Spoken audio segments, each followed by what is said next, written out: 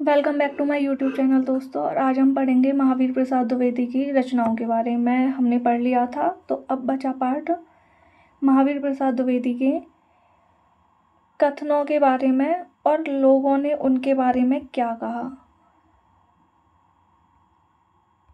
तो आज हम यहीं से स्टार्ट करते हैं। एक्चुअली हम कोई भी कभी पढ़ेंगे ना तो हमारा पढ़ने का एक बेसिक सा तरीका है कि एक तो हम पढ़ेंगे कोई भी कवि है उसकी रचनाएं इंपॉर्टेंट होती हैं। फर्स्ट पॉइंट में रचना, सेकंड पॉइंट में कवि ने दूसरों के बारे में क्या कहा और क्या कथन कहे, थर्ड ये है कि अन्य लोगों ने कवि के बारे में क्या कहा। तो हम यही पढ़ेंगे और इसी से हमारा एक कवि कंप्लीट हो जाएगा।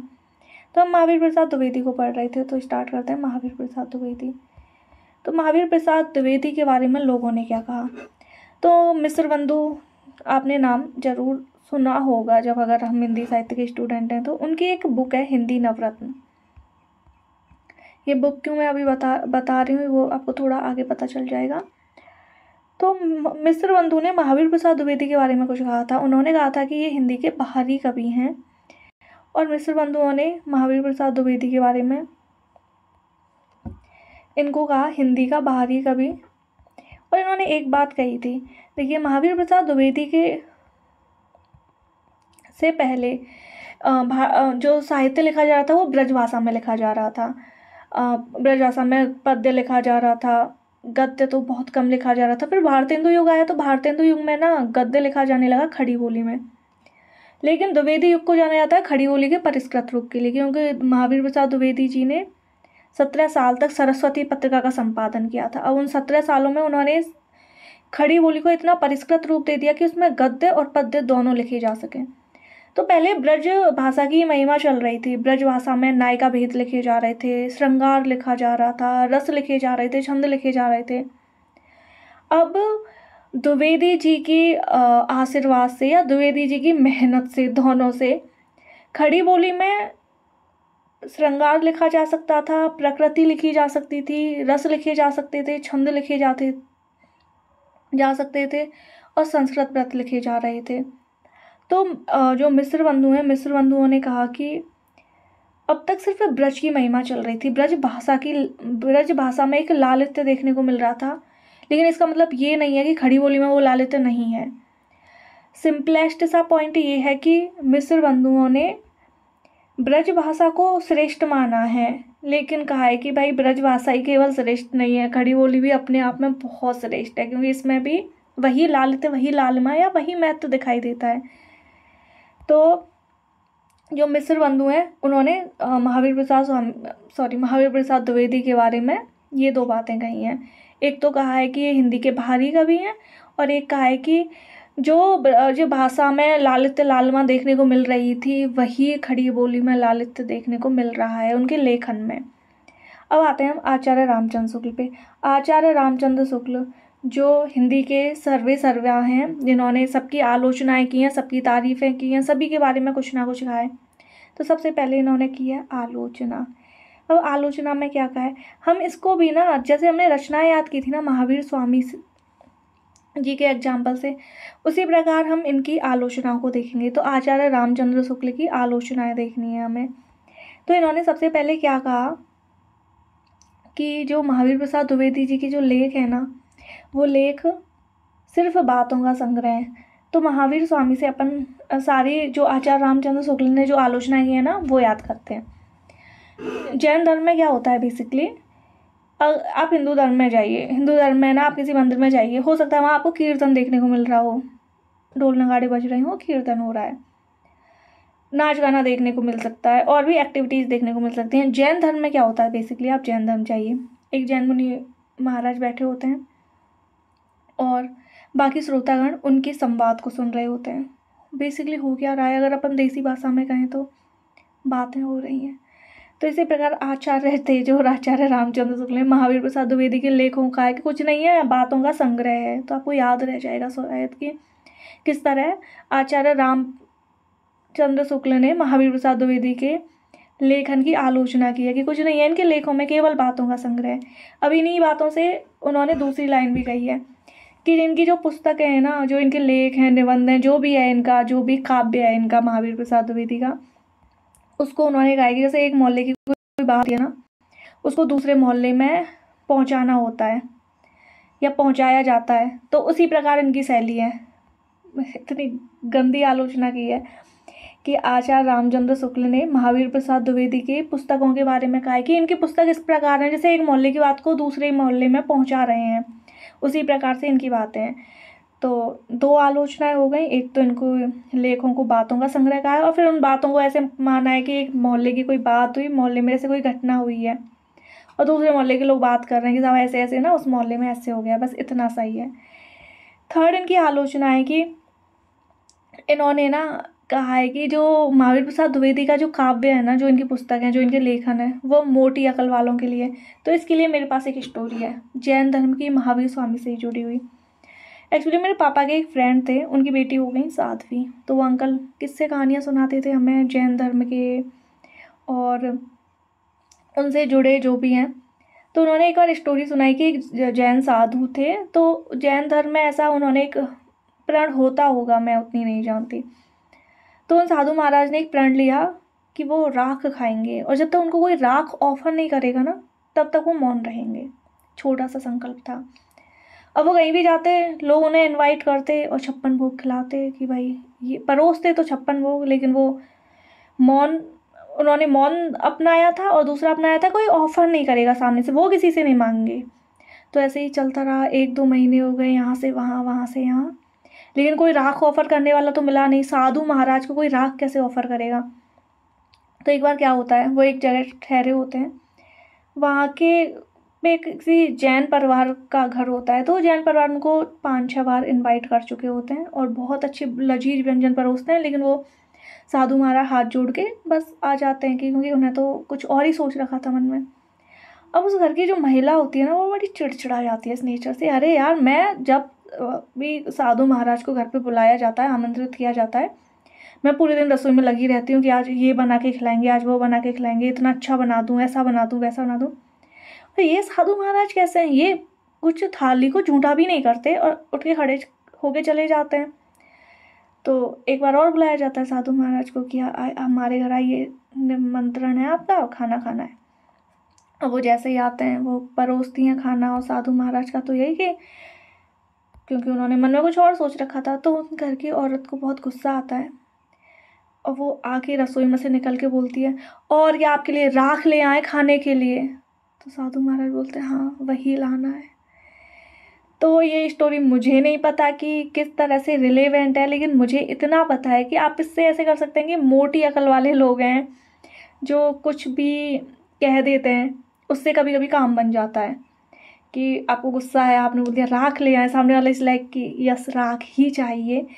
तो इसी तरह आचार्य रामचंद्र शुक्ल ने कहा है कि जो महावीर प्रसाद द्विवेदी की जितनी भी पुस्तक हैं, जो भी लेखन है, ऐसा लगता है ऐसे मोटी अकल वालों के लिए लिखा हो। फनी है बट कैसे भी हमें याद रह जाए, बस हमारा तो इतना सा ही कॉन्सेप्ट है। तो हमने पहला पढ़ा कि ना, उन्होंने कहा है कि उन्होंने कहा है कि इनकी जो लेख हैं वो बातों का संग्रह है। बात तो मोहल्ले में ही होती हैं, तो पहले कहा है बातों का संग्रह, फिर कहा है मोहल्ले से इधर वाले मोहल्ले से उधर वाले मोहल्ले हो रही हैं। थर्ड कहा है कि मोटी अकल वालों के लिए। अब इन्होंने केवल आलोचना नहीं की, कुछ तारीफ भी की है ना। तो अब हम तारीफ की तरफ चलते हैं कि आचार्य रामचंद्र शुक्ल ने महावीर प्रसाद द्विवेदी के लेखन की क्या क्या तारीफ़ें करती हैं। इन्होंने कहा है कि महावीर प्रसाद द्विवेदी जी ने ना कभी किसी ना अच्छे साहित्यकार या अच्छे लेखक के साहित्य के बारे में ज़्यादा आलोचना या कुछ अच्छा नहीं लिखा, लेकिन उसकी भाषा को लेकर ना जो आलोचनाएं की हैं, जो खरी खोटी सुनाई है ना, वो काबिल तारीफ़ है। तो इन्होंने कहा है, थोड़ी आचार्य रामचंद्र शुक्ल की भाषा में बताएं तो इन्होंने कहा है कि जो अच्छे साहित्यकार हैं, उनके साहित्य की समीक्षा नहीं की इन्होंने, द्विवेदी जी ने, लेकिन इन्होंने उस लेखक की भाषा शैली की खरी आलोचना की है। ऐसे कुछ लाइन है, और आपको ये लाइन और आपको जो शॉर्ट नोट्स चाहिए वो आपको मेरे टेलीग्राम चैनल पे मिलेंगे, जिसका डिस्क्रिप्शन में मैं लिंक दे दूँगी, आप वहाँ से ज्वाइन कर लेना। क्योंकि अब थोड़ा पढ़ाने का पैटर्न बदला है, क्योंकि उसमें थोड़ा घिच-पिच लगता था। A4 साइज़ पे मैं थोड़ा बहुत ही ज़्यादा मटेरियल लिख के जब ऐसे पढ़ाती थी, तो आई होप आपको ये पैटर्न पसंद आएगा। तो एक तो इन्होंने एक तारीफ़ ये कर दी कि भाई इन्होंने भाषा की खरी आलोचना की है। सेकंड इन्होंने कहा है कि ना एक भारतेंदु युग से ना खड़ी बोली का एक यात्रा तो स्टार्ट हो गई थी, लेकिन उस यात्रा में ना तो वो भाषा शैली अच्छी थी, ना व्याकरण थी, ऊट पटांग भाषा चली जा रही थी कि हम रहियो कहियो भी खड़ी बोली के रूप में यूज कर रहे थे। कोई वाक्य का कोई तरीका नहीं था कि वाक्य की संरचना कैसी होगी या परिष्कृत खड़ी बोली कैसे होगी। तो उन्होंने कहा है कि उस ऊट पटांग भाषा शैली को रोकने के लिए जो महावीर प्रसाद द्विवेदी जी ने जो काम किया है ना, वो बड़ा काबिल तारीफ है। नहीं तो वो ऊट पटांग भाषा शैली ना रुकती ही नहीं, चलती ही जाती। महावीर प्रसाद द्विवेदी जी ने अपने 17 साल दिए हैं जीवन के सरस्वती पत्रिका को, उसमें उन्होंने यही सिर्फ एक प्रण लिया था कि खड़ी बोली को परिष्कृत कर देंगे, एकदम शुद्ध शैली बना देंगे। जो हिंदी हम आज यूज करते हैं परिष्कृत भाषा के रूप में, वो सिर्फ द्विवेदी जी की देन है।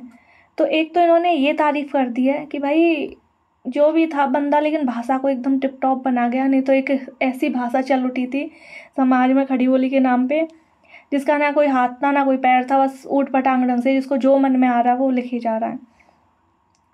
सेकंड इन्होंने कहा आचार्य रामचंद्र शुक्ल ने महावीर प्रसाद स्वामी के बारे में, महावीर प्रसाद द्विवेदी जी के बारे में ये थोड़ा ज़्यादा हो रखा है कि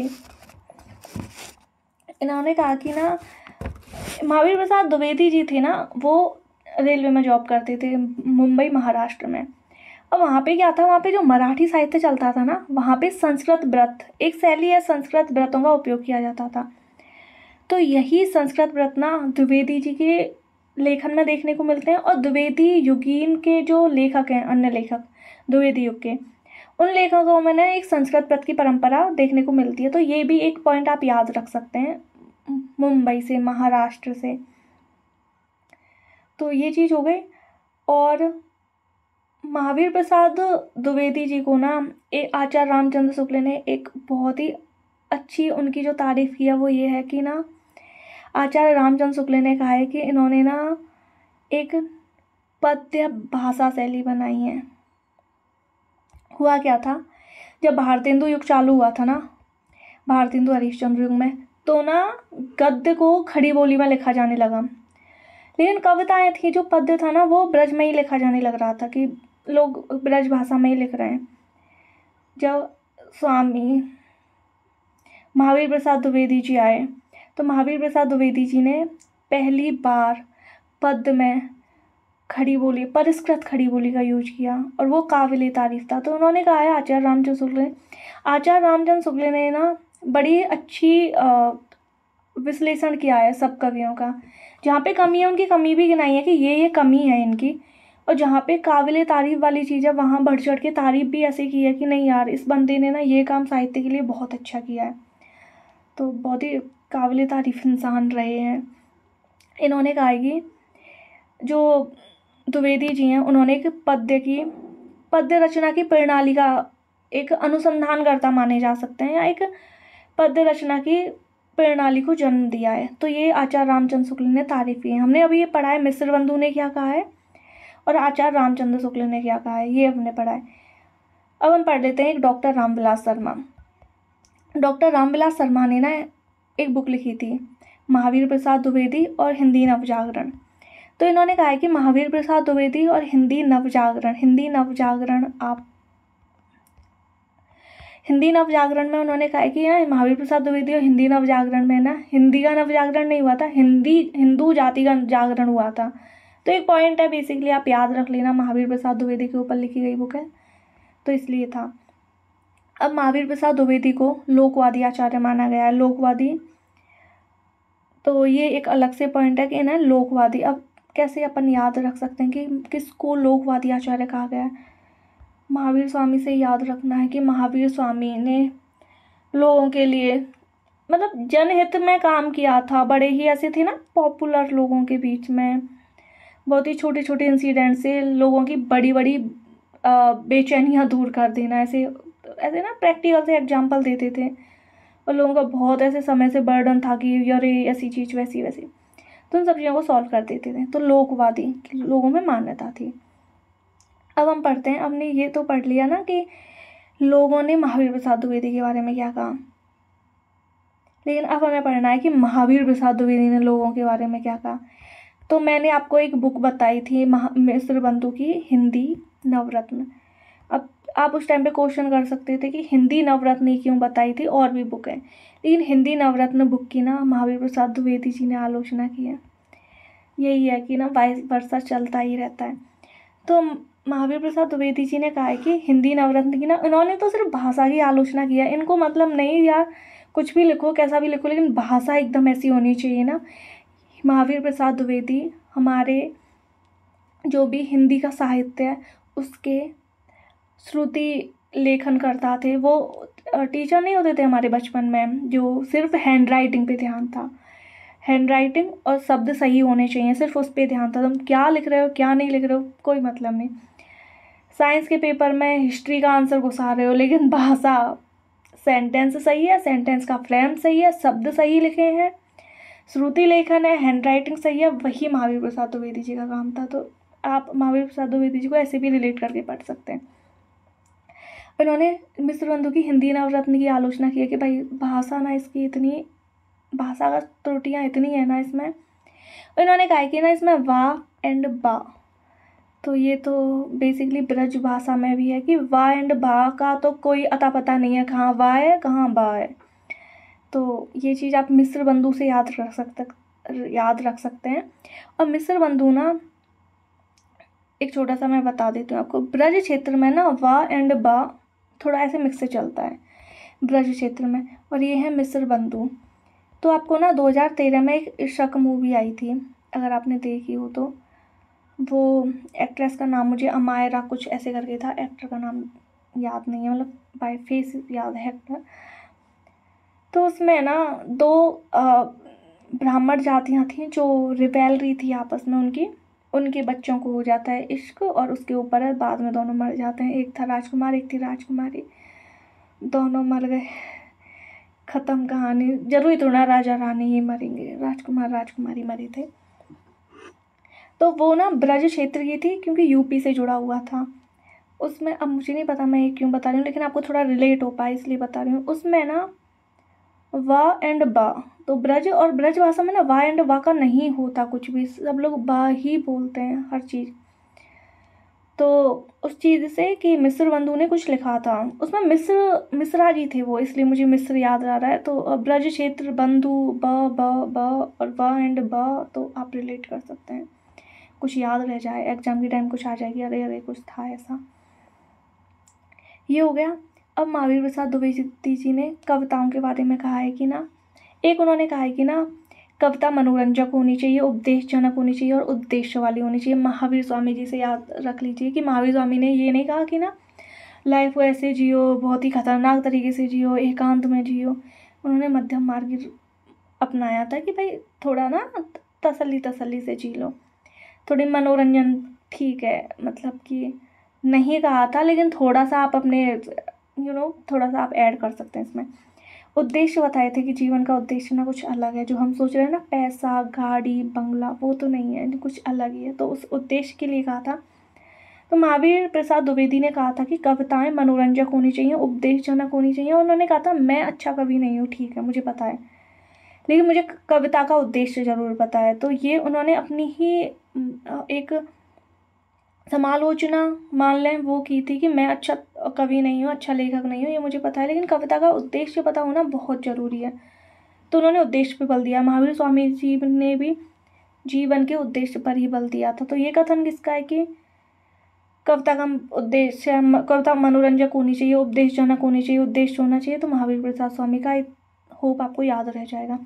सेकंड उन्होंने कहा है, महावीर प्रसाद द्विवेदी जी ने जो सेकंड चीज़ बोली है वो बोली है कि चींटी से लेके हाथी, बूंद से लेके सागर, ये आपने सुनी होगी कवि कर्तव्य की लाइन है कि उन्होंने कहा कि ना सब चीज़ पे कविताएं लिखी जा सकती हैं। जैसे हम अपन सोचें कि अरे इस पॉइंट पे तो कोई कुछ लिखने को बच्चा ही नहीं है, तो उन्होंने पूरी प्रकृति को समायोजित करके लिखा है। वो एग्जैक्ट लाइन आपको मेरे शॉर्ट नोट्स में मिल जाएंगी जो आप टेलीग्राम से ले सकते हैं। मैं आपको यहाँ पे सिर्फ याद करने का बता रही हूँ कि कैसे कैसे याद कर सकते हैं। तो महावीर स्वामी जी के बारे में आपको पता है, उन्होंने हर चीज़ में जैन लोग खेती नहीं करते। क्यों? क्योंकि उनको कि यार मर जाएंगे कीड़े मकोड़े, और आत्मा तो आत्मा ही है भाई। इंसान की आत्मा हो, व्हेल की आत्मा हो, चींटी की आत्मा हो, हाथी की आत्मा हो, तो आप ऐसे करके याद कर सकते हैं कि इन्होंने चींटी से लेकर पशु, बूंद से लेकर समुद्र, चींटी से लेकर हाथी, सॉरी, बूंद से लेकर समुद्र, अनंत आकाश, अनंत पृथ्वी, अनंत वायु, सब पे गाय, सब पे कविताएं लिखी जा सकती हैं। तो ये कथन भी ना महावीर प्रसाद द्विवेदी जी का है। थर्ड कथन आता है, उन्होंने कहा है कि ना जो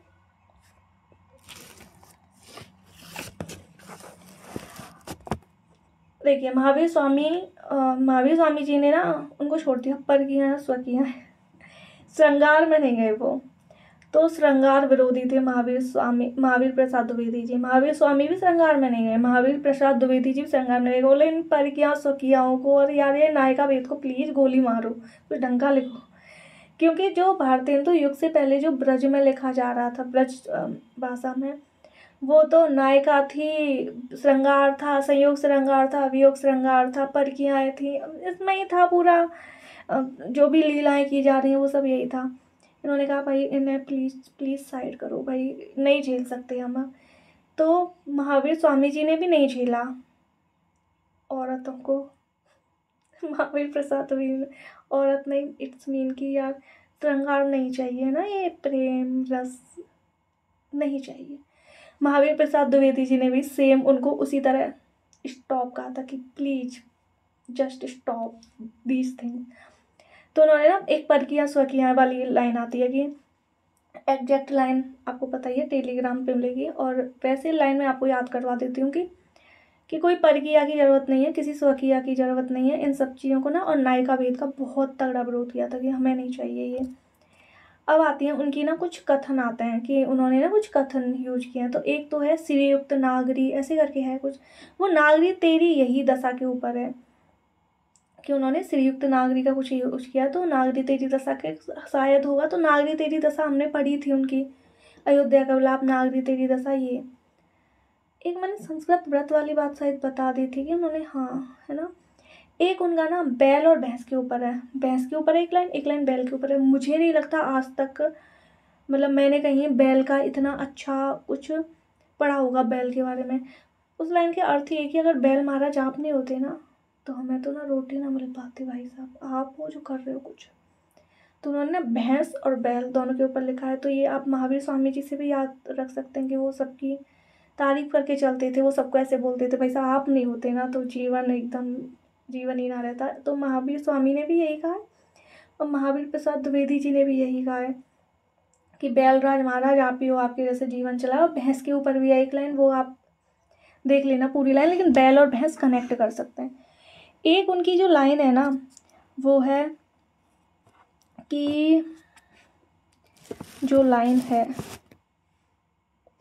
अनपढ़ निपढ़ के कुछ ऊपर है कि आप पढ़े लिखे नहीं हैं या कुछ, तो उसमें भी कुछ पॉइंट आता है, कर्तव्य आता है उसमें, जो हमने कवि कर्तव्य पढ़ा था महावीर प्रसाद द्विवेदी जी की रचना में। कवि कर्तव्य पढ़ा था कि कवि कर्तव्य और कर्तव्य माला, उनकी 2 रचनाएं पढ़ी थी। तो कवि कर्तव्य में तो कवि का क्या क्या कर्तव्य है, उसमें ये चींटी हाथी वाली है ना, ये भी कवि कर्तव्य से ली गई है।